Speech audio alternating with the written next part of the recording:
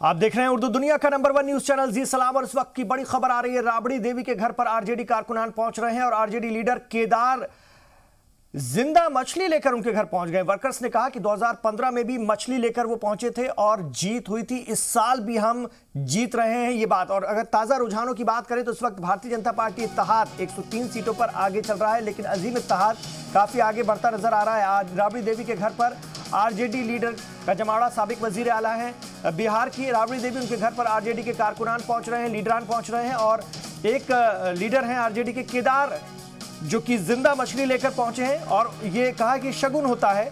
2015 में भी वो मछली लेकर पहुंचे थे और जीत हुई थी और इस साल भी हम जीत रहे हैं, ये कहना है आरजेडी के लीडर केदार का।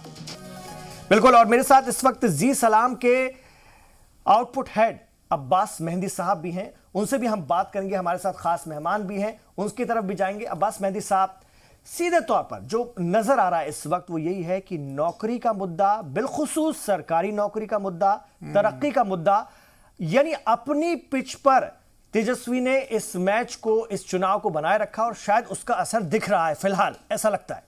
बिल्कुल। जो अभी तक जो रिवायती मसाइल पर जो इंतखाबात बिहार की कम से कम सियासत में होते थे, वो इस इंतखाबात में वो तमाम मसाइल दूर रहे और जो बुनियादी मसाइल जिससे अवाम का सरोकार था वो मसाइल बढ़ चढ़ कर रहे। लोगों की जो बुनियादी ज़रूरतें थीं, लोगों की जो बुनियादी मसाइल थे, उसको मुद्दा बनाया और तमाम पार्टियों ने उसी के इर्द गिर्द अपने मुद्दे को रखा। रैलियों में उन्हीं मुद्दों पर बात हुई, चाहे वो रोज़गार का मुद्दा हो, चाहे वो बाढ़ का मुद्दा हो, चाहे वो कोरोना के बाद पैदा हुए बुहरान का मुद्दा हो, मज़दूरों की घर वापसी हो, फिर वापस आए मज़दूरों के रोज़गार का मुद्दा हो, हॉस्पिटल का मुद्दा हो, बिजली पानी, जो बुनियादी मसाइल होते हैं। लेकिन अब्बास साहब, एक चीज़ यहाँ दिख रही है, 103 प्लस पर बीजेपी इत्तेहाद 103 पर आगे हो गया है, चल रहा है, और आरजेडी इत्तेहाद 102 पर इस वक्त आगे चल रहा है। ये चीजें बदलती हुई सी दिख रही हैं, क्या कहेंगे? जी बिल्कुल। अभी देखिए, अभी नतीजे तो है नहीं, रुझान है, तो बहुत ज़्यादा गुंजाइश है कि 12 बजे तक, 1 बजे तक इस तरह से फ्लक्चुएशन होता रहेगा, उतार चढ़ाव होता रहेगा। तो ये तो रुझान है, अभी नतीजे तो अभी किसी भी सीट के भी मेरे ख्याल से डिक्लेयर या ऐलान उसका नहीं हुआ है।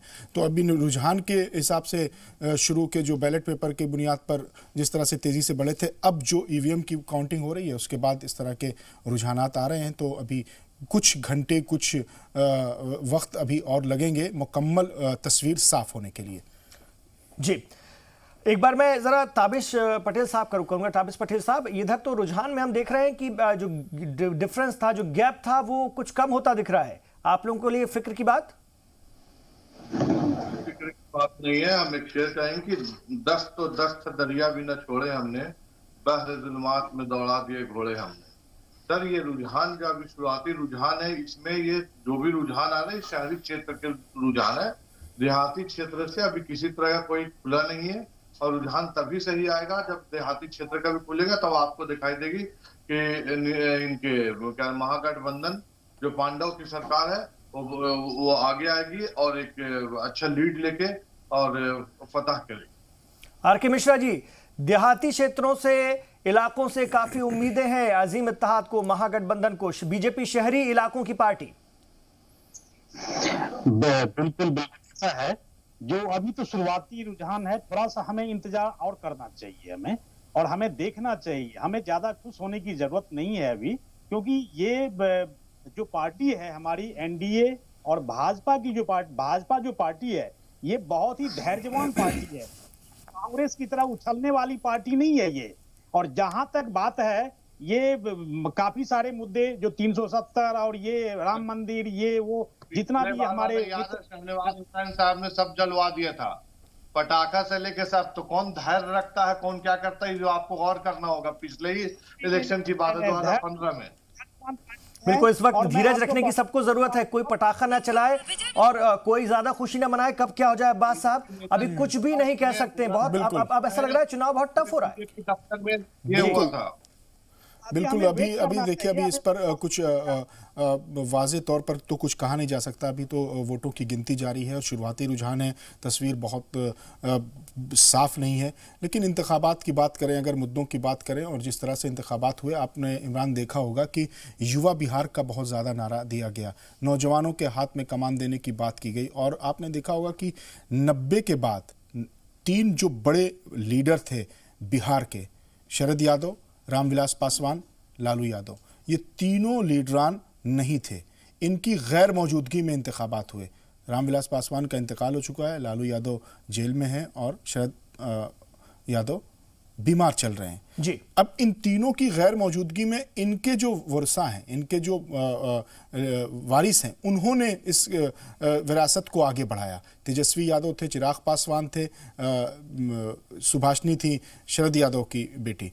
इन लोगों ने मैदान में उतरकर पूरी तरह से बिहार की सियासत का पस मंजर और मंजर दोनों बदल दिया।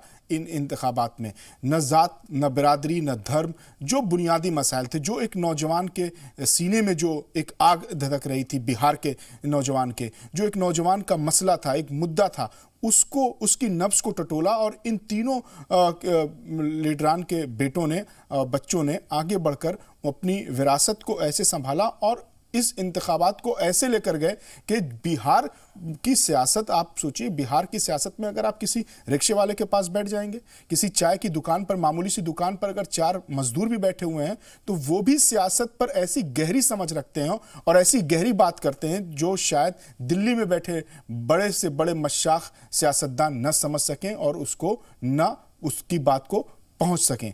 तो ऐसी रियासत में सियासत का बदलना एक बहुत खुश आइंद कदम लग रहा है। मुझे तो बार बार ये लग रहा है कि बिहार की सियासत में रोजगार को मुद्दा बनाया गया। उस रियासत में, जिस रियासत के लोग रोजगार को तलाश करने के लिए दूसरी रियासतों में जाते हैं और रोजगार करते नहीं हैं, बल्कि वो दूसरी रियासतों में अपना ही रोजगार खड़ा करते हैं और दूसरी रियासतों के लोगों को वो रोजगार देते हैं। आप बिहार को सोचिए, यानी बिहार का ब्रेन, बिहार का मैन पावर दूसरी रियासतों में गुल खिला देता है, लेकिन अपनी रियासत में वो कामयाब नहीं हो पाता।